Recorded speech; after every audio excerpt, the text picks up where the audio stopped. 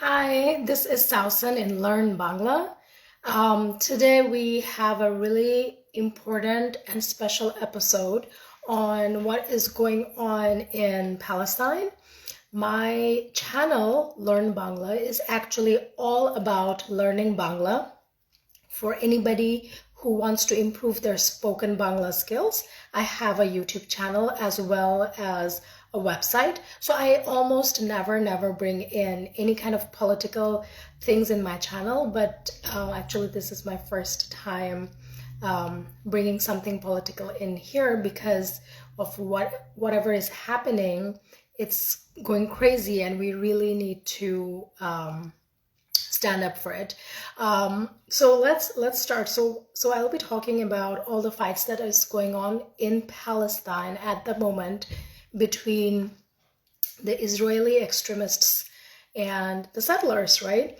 So the first reason, why am I even doing this? Well, unfortunately, I've seen that the BBC, CNN, a lot of large news channels, they're not showing what's going on over there. They're covering up footage, and it's up to the local people to stand up for what's right and what's going on.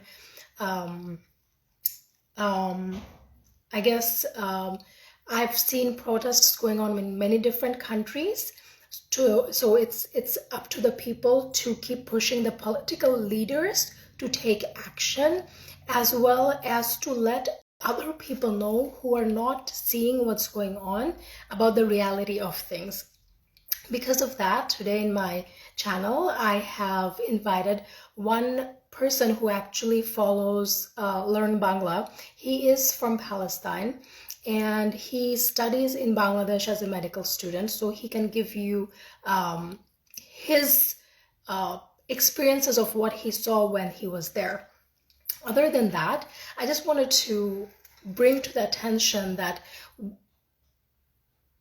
the Israeli extremist settlers, they have turned the Aqsa Mosque, which is the third holiest place in the entire world, the third one for the Muslim people.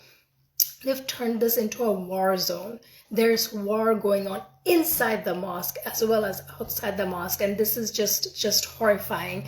This just shows to the level that they will go just to scare the local Palestinians, but at the same time it's an insult to all the Muslims all over the world.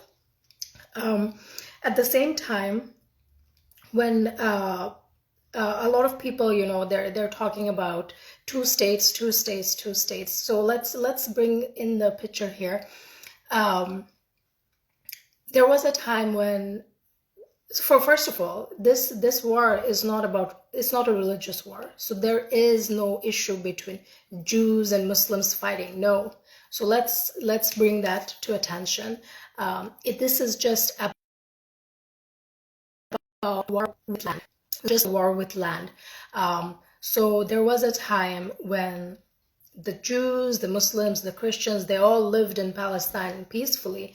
But then, of course, the things changed when the extremist Jews started coming in and they started claiming that this is their land and they're trying to push away the settlers. So right now, you know how in United States or in Canada or in other countries, we talk about the natives who used to live there, the native Indians who used to live in North America. And then migrants came and the natives were killed. So the same thing is happening right here in Palestine in the 21st century. So that's ridiculous. So it has nothing to do with religion at all. It's just about pushing out the people. At the same time, I want to bring to attention that I am a Bangladeshi girl, right? I speak Bangla. My forefathers, my great-grandparents, my forefathers, they used to live in India, in Kolkata. So now I cannot go to Kolkata, okay, push out the local Kolkata people and say that, hey, you know what? My great-grandparents lived in this land and that land is mine. I cannot do that, even though I'm a Bengali speaker, and technically, yeah, you know, my grandparents live in Kolkata, right? The same thing if all the, the extremist Jews are claiming Palestine to be their land, again, well, a Muslim cannot just run, any Muslim in this entire world, right? There are Muslims in Indonesia, Malaysia, India. We can't run to Saudi Arabia and be like, oh, well, Saudi Arabia is a holy land, so all the Muslims need to be there, and we need to settle in there. No, we can't do that. So let's just bring this to attention and clear out any doubts about this not being a religious war and this just being a war on land which they're claiming belonged to their ancestors. Give me a break. Okay. Finally, the other thing, before I bring my guest in, I'm sorry I'm talking a little bit, but is the imbalance of power between Israelis and Palestinians. I've seen Twitter posts which talk about where the Israeli Prime Minister is thanking so many countries. I don't want to name the countries here and get political, but so many countries thanking them for their support of Israel. Okay, so let me bring this to attention. Right now, India is having a lot of COVID crisis, and I'm almost sure Bangladesh will be having it pretty soon in maybe June. Okay, so India has good relations with many countries.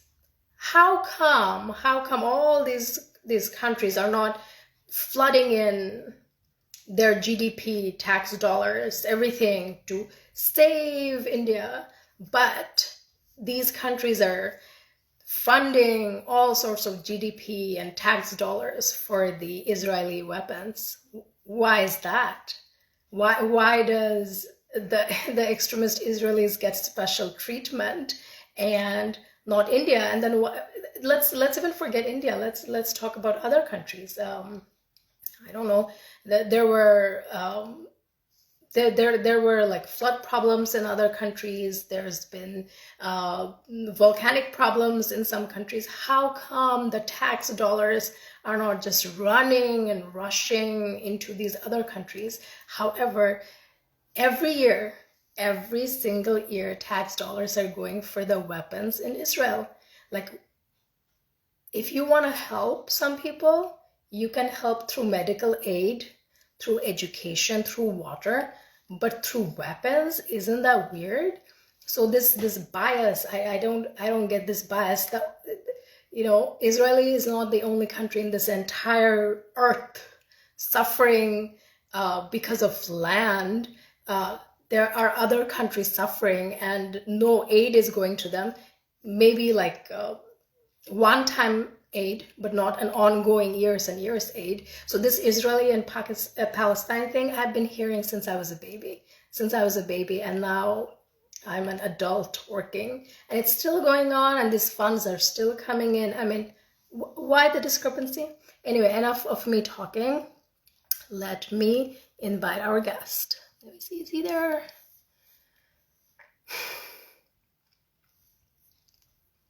Oliver, I can't find you.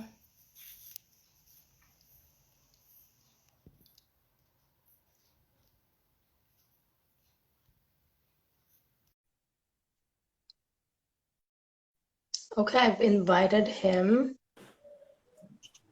Assalamu alaikum. Hi, Miss Susan. Hey, welcome. Hey, how are you?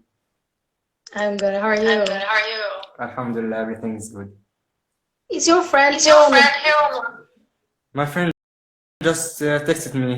He will be in just right now. Just let me check. Maybe you can add him. I will try. Well, I don't know if you have the.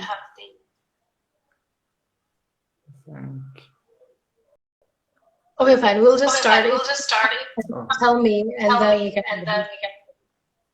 So yes, I was happy to the point when you just told them about how this is ain't a war about religion. It's a conflict about the land. Because many centuries before, the Palestinians were, it's like any other country. They have Jews, Christians, Muslims, and atheists, even atheists. They were living in peace. They haven't had any war or anything.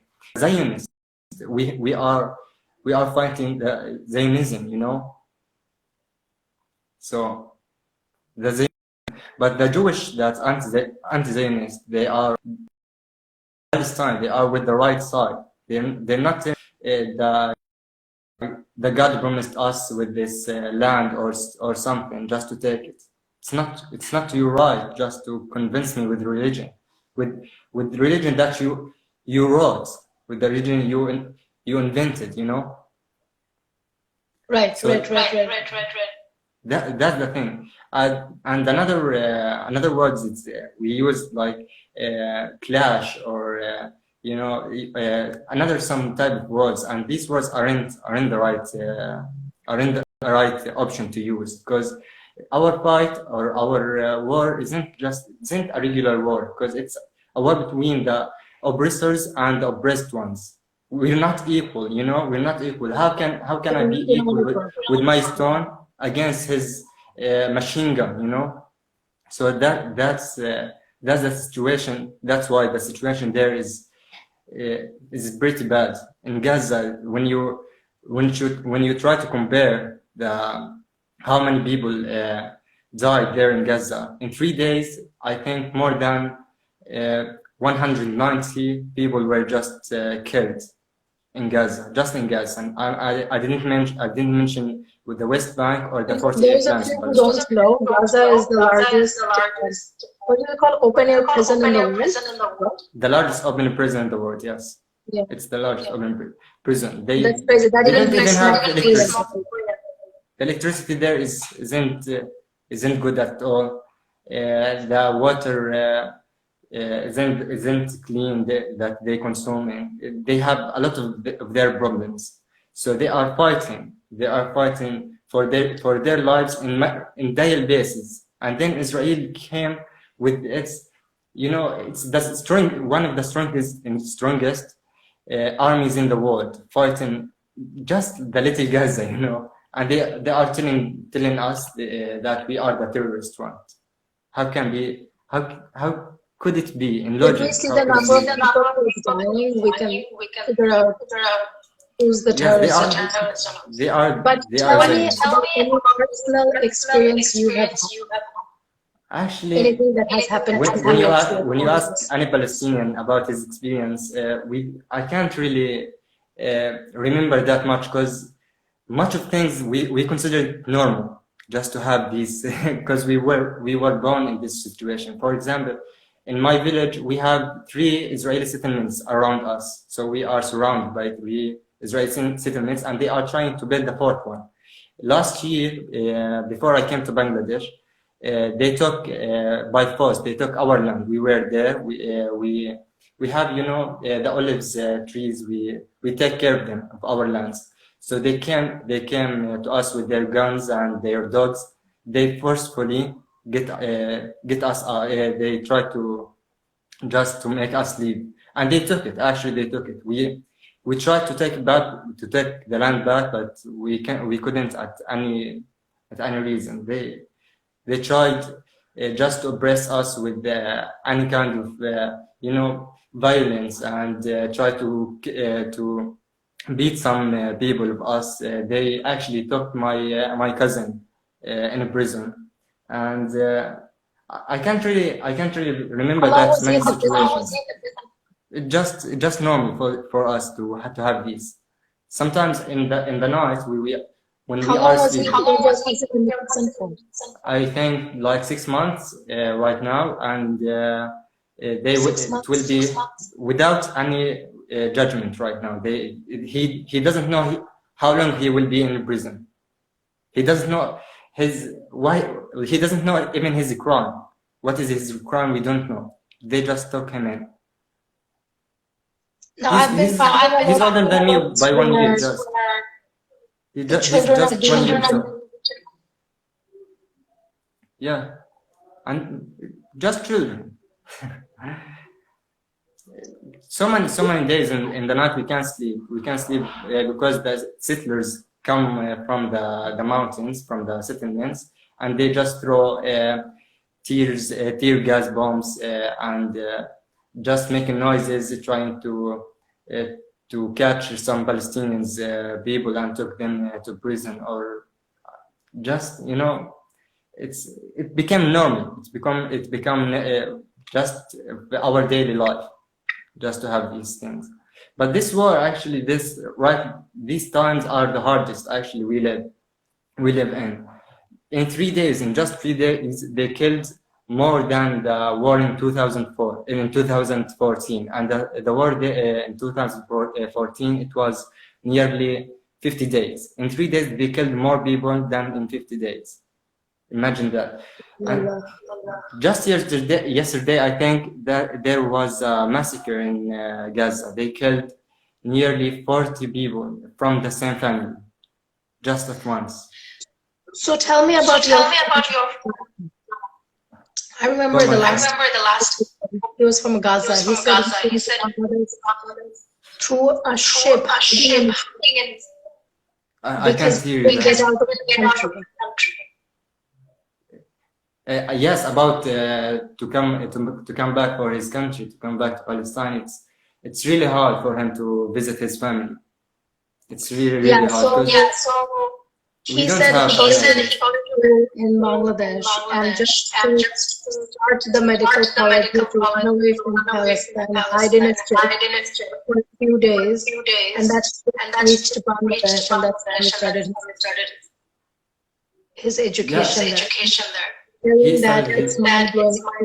Cannot imagine somebody to study in Bangladesh. Yeah, I mean, it's hard. I can't really express what I'm feeling right now, but my language is not that good, so it's really hard for them, especially the people from Gaza. I'm from the West Bank, and it's not that relatively. It's not that bad. I don't know. It's so much bad, but I was born in this situation, so it became normal for me to have these kind of situations. But in Gaza, it's really horrible. People are dying just for nothing. They committed. Were you ever beaten as a child? For me, I don't think so. Just once, if we don't, so in Palestine, especially in the West Bank, if we don't have our IDs wherever we go, they catch us, the Israeli, because we don't. When we want to travel for another city or to go visit family in another city, the Israeli have like obstacles in the roads, and they can if they catch us without our IDs, they will beat us or they will take us to prison just for not holding our ID. Just a minute, my friend told me to let him in. He's in the live right now. His name is Razin. Razin. I don't know if you will cut off.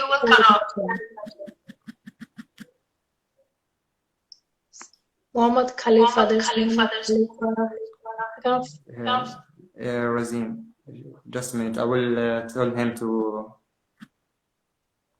write a comment. Okay, I think I found Razin. Okay, let me see if I can add him, but I don't know if you will be gone if I add him. Okay? Oh.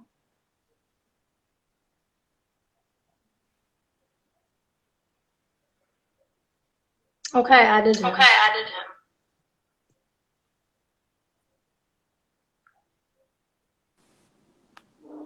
Oh, there you go. There's two of us. How are you? Hi. Seen you before. It's nice to see you again. Thank you. How are you? I'm good. Would you like to share some of your experience? Somebody's thing is Too many the sound. Yeah, there is ache, there is echo. Can you put on your headphone? Then it will not be echo. I'll You mean just without find one. with Just find headphones? Yeah, I think the echo is caused by. Just a minute, I will find it. You can tell me something about your experience.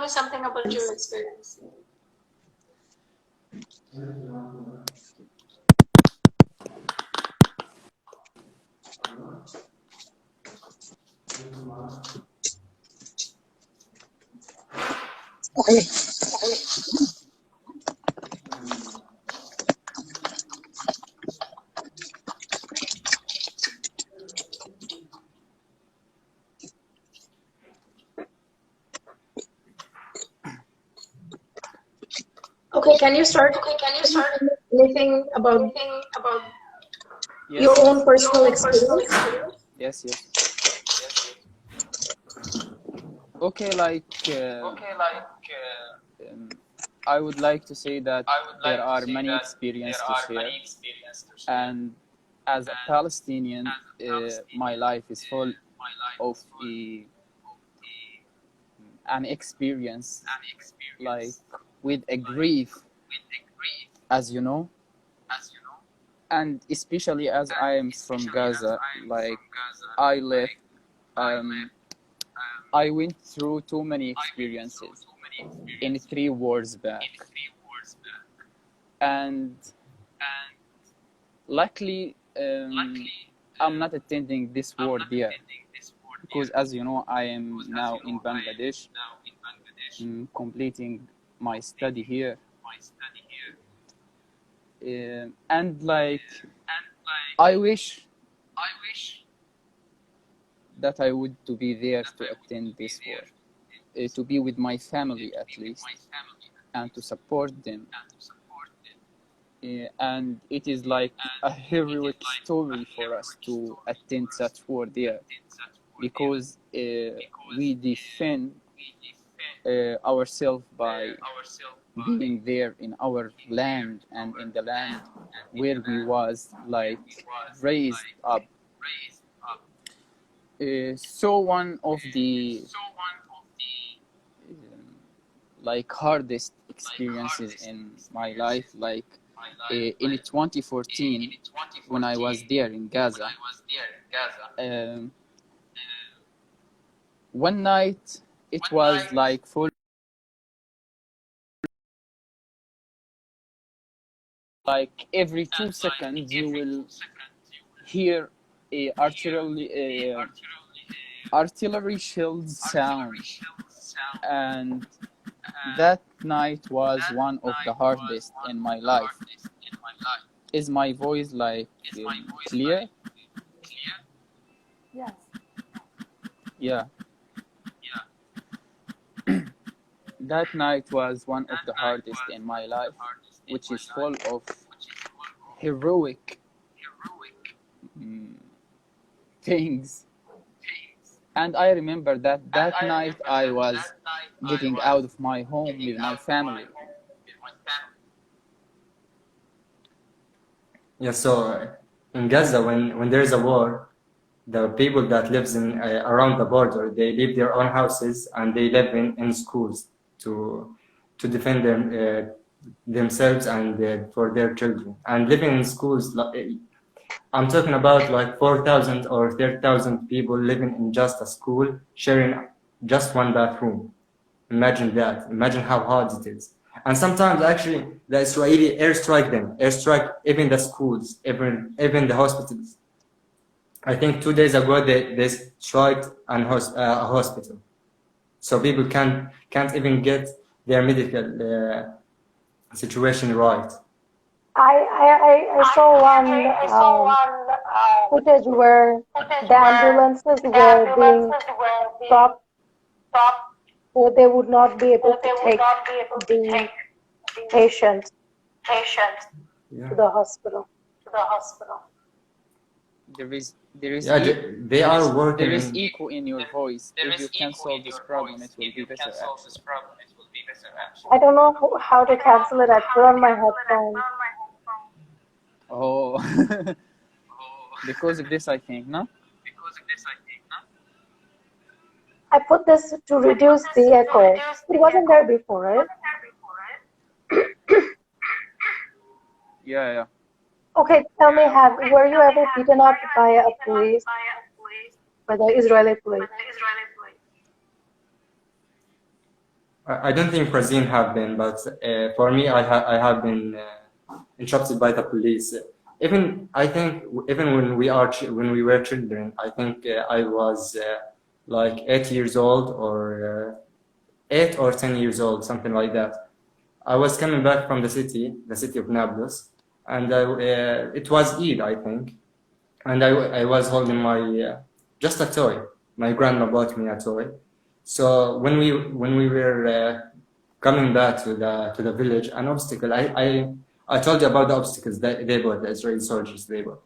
So they just stopped the car, and they took my toy, and I started crying. The Israeli soldiers tried to provoke me, just to playing with my playing even with my toy, just to provoke me.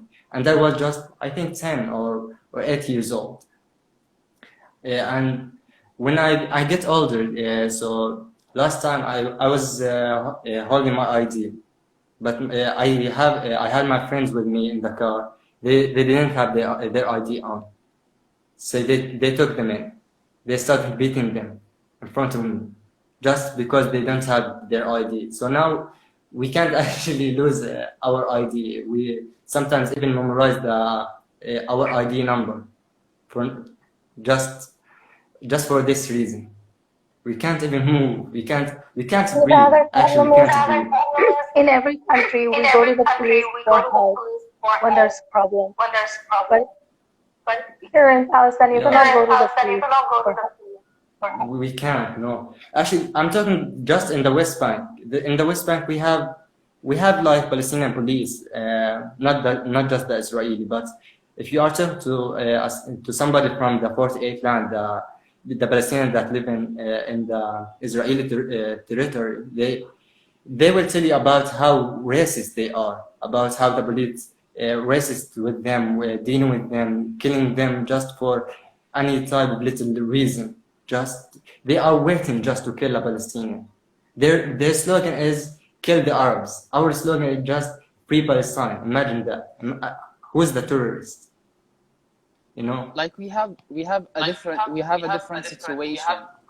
My situation is a little bit different from him. Like he is in, like, he and his families have a direct contact with the Israeli occupiers and military. And on contract, we don't have the direct contact as I used to live in Gaza, and like there are borders between us and between the occupied areas of Palestine. So like it is a little bit different from each other's story, and so we we lived in a different condition. He didn't attend a war as I did, and he has like a direct conflict with the Israeli military and police in the West Bank, especially. I'm talking about. Yes, for example, I actually didn't want to talk about this, but in 2016, they killed my cousin. He was 2 years older than me, and his friend, because they were in our land, and they were just nearby the settlement. So they claimed, they thought they were trying to kill them, but trying to make a move. So they shot them in right away. That was in 2016. Actually, my whole family was in shock when we heard this. In our village, we were thinking that this cousin, he was a genius. We thought he will be our first doctor in the family. Arabs and DC culture love for their sons to be doctors and engineers. So we were thinking that he will be our first doctor in the family, and they just killed him with his dreams, with his ambitions. Not just him and his friend. His friend was the same age as he was. He was 17 years old. I actually I didn't want to talk about this, but it really matters. Palestinian lives matters. The whole world should know about that.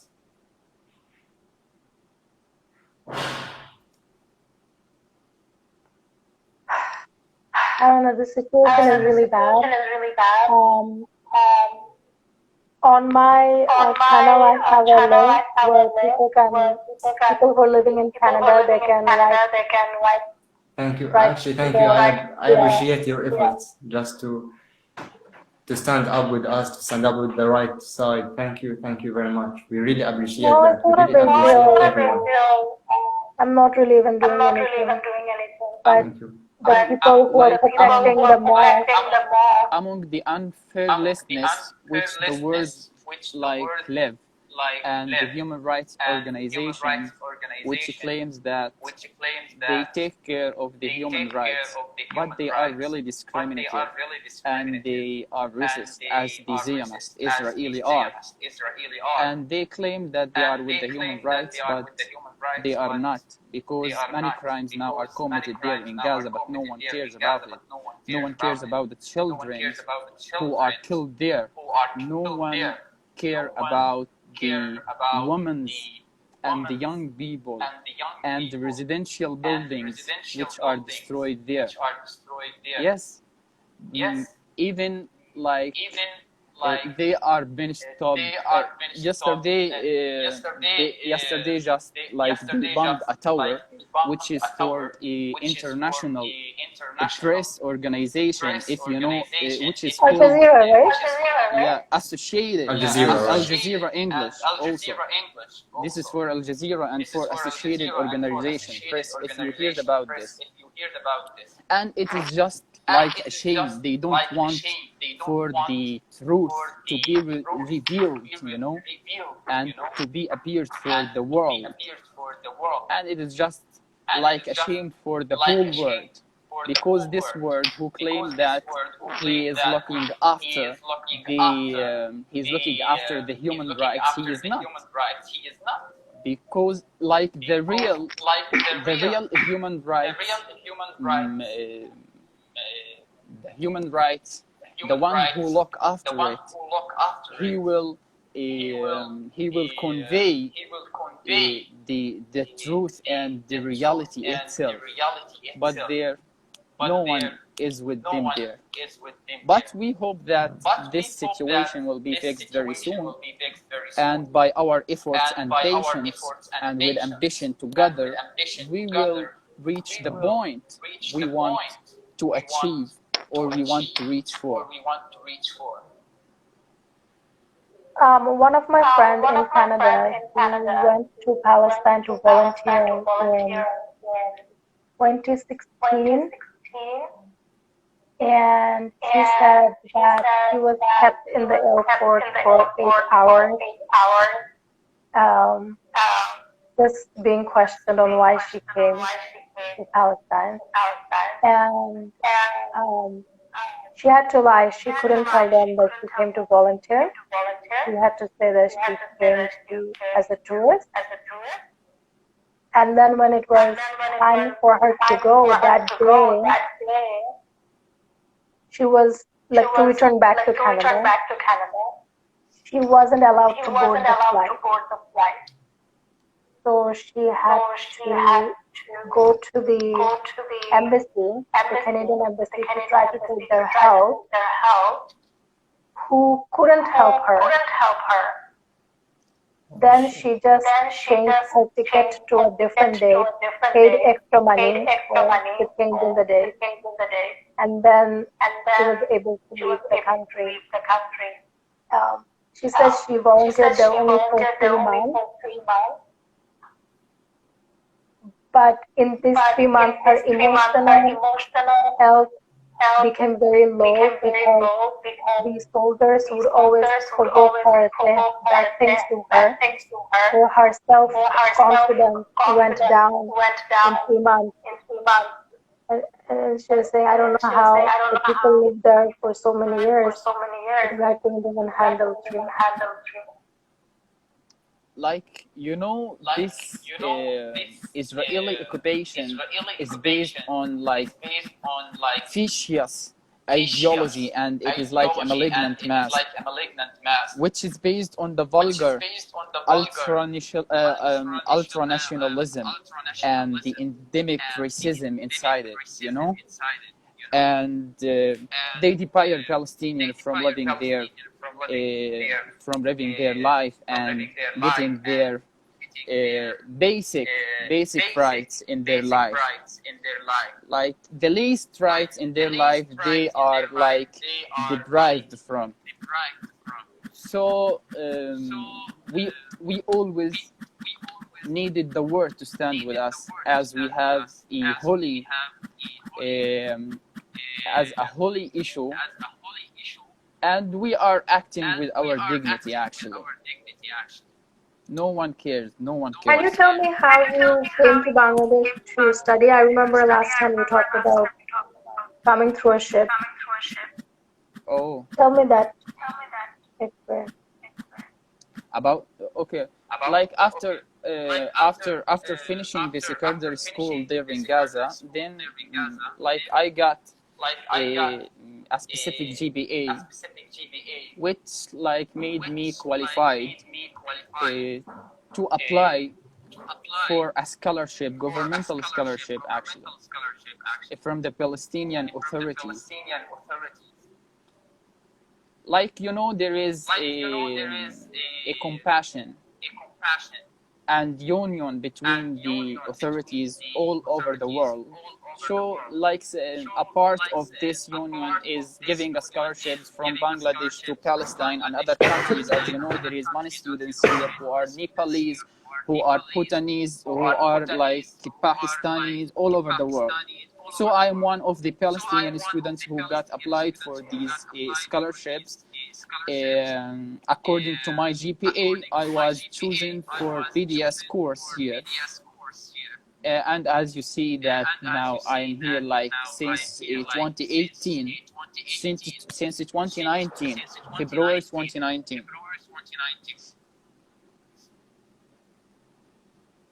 But tell me how you came. You didn't take a direct flight and come, just like normal student. Like my journey was quite tough to come from Gaza and to wait for your turn to come. Like we waited for almost 1.5 months to be able to come here. Yeah, waited our turn, because it is not that easy, because the borders between Palestinians, between Gaza especially, and Egypt is mostly closed, and if it is open, there is a specific system for this. It's controlled by three authorization, by the Yeah. Israeli, the Egyptians, and the Palestinians. So it's really hard for them to travel. It is controlled by Egyptians, but from behind the scene it is controlled by Israeli. You know how they control everything in the Arab world.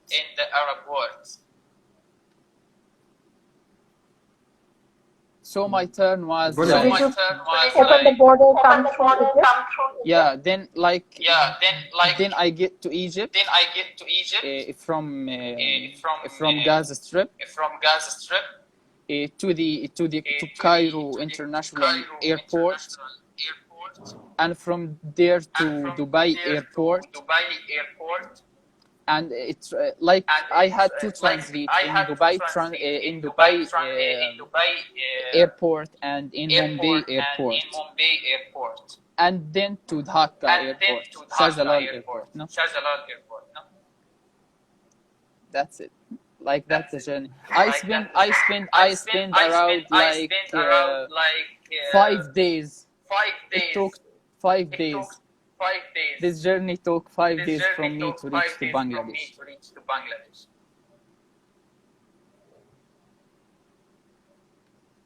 Okay.